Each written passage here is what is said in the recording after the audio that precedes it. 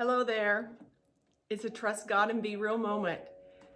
And today I want to talk about something a little heavier, but I can't get away from it because I have not spoken on things before that have come to me, and sometimes it's been harder for me to get something to speak on the next time. So I'm going to go ahead and say what's churning in my heart.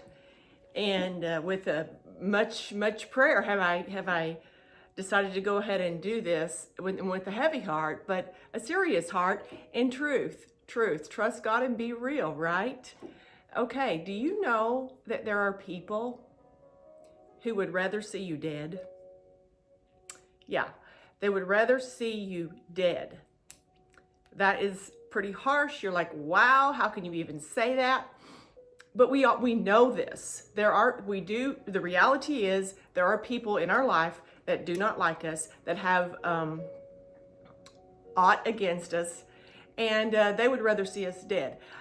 I even am going to say I've heard people say before, God needs to take them out, or they need to, how about this? And I know it sounds harsh, but I've heard people say it.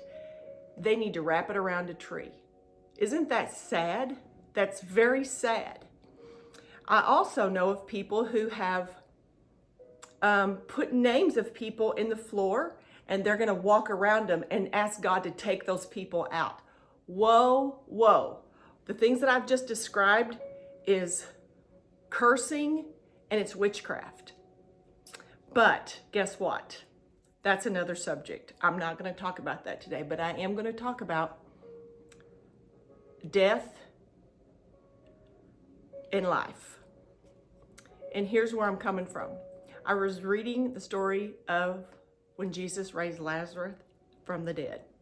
And that is a wonderful story. I love that story because not only was it a picture of I'm the resurrection and the life. This was probably a Jewish boy. Lazarus was one of he's someone they knew, and he died, and Jesus raised him from the dead.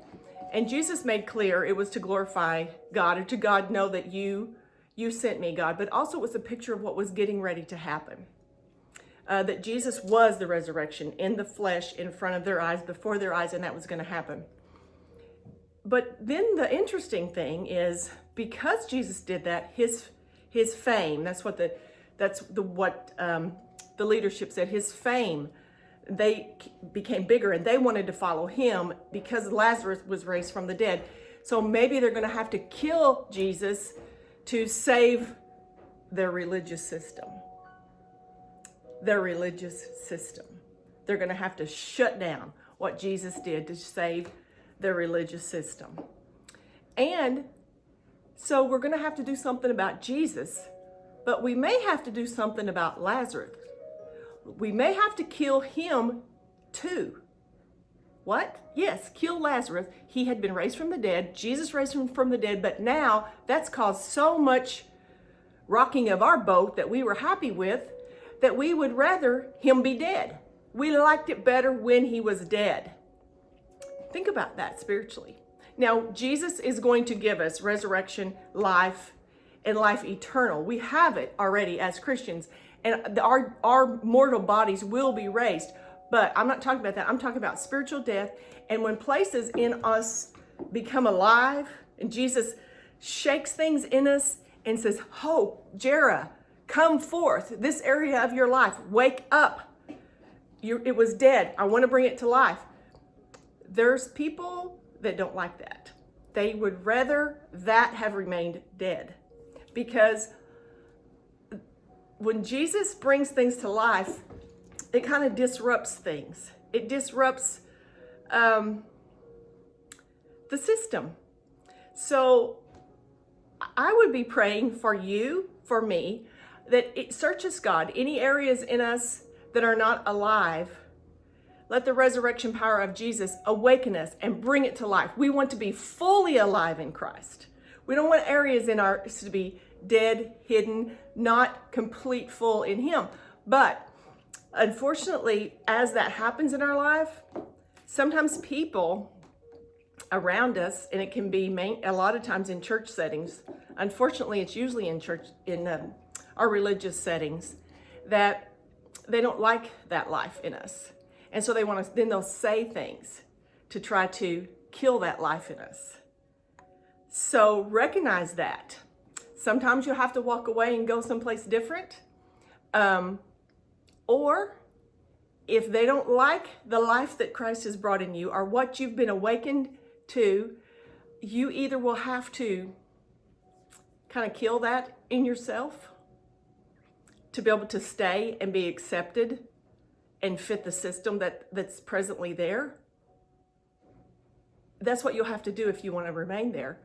Or you'll have to step out and move into life, because you know what? Really and truthfully, what we're supposed to do is bring life to other people. But this has been something that is just churning in me, and I want the fullness that God has for me. I want to trust God completely and to be full of life, to be the real me, and to be the real me as Christ in me. You know, it's Christ in us, the hope of glory.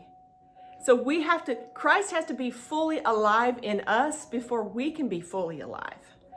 But I've been thinking about that. So watch out for the people around you that would rather that part of you that got woke up and got enlightened to be dead. Because it's real. Don't hold it against them. Don't hold it against them. Sometimes you just have to separate from that. Because, you know, actually, we will see that. I've talked about this before. As you become closer to Christ, persecution comes. And that's what that was, persecution.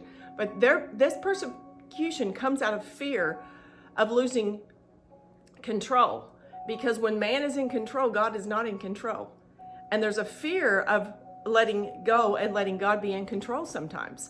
But anyway, there's a lot more to this, but I love the story of Lazarus. I love the possibilities of every dead thing in our life being raised to life in areas that we don't know are dead.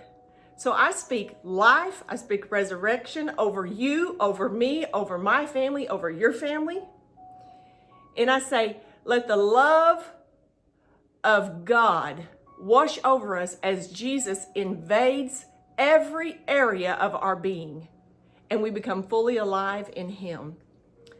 You have a great day. God bless you. I love you. Trust God and be real.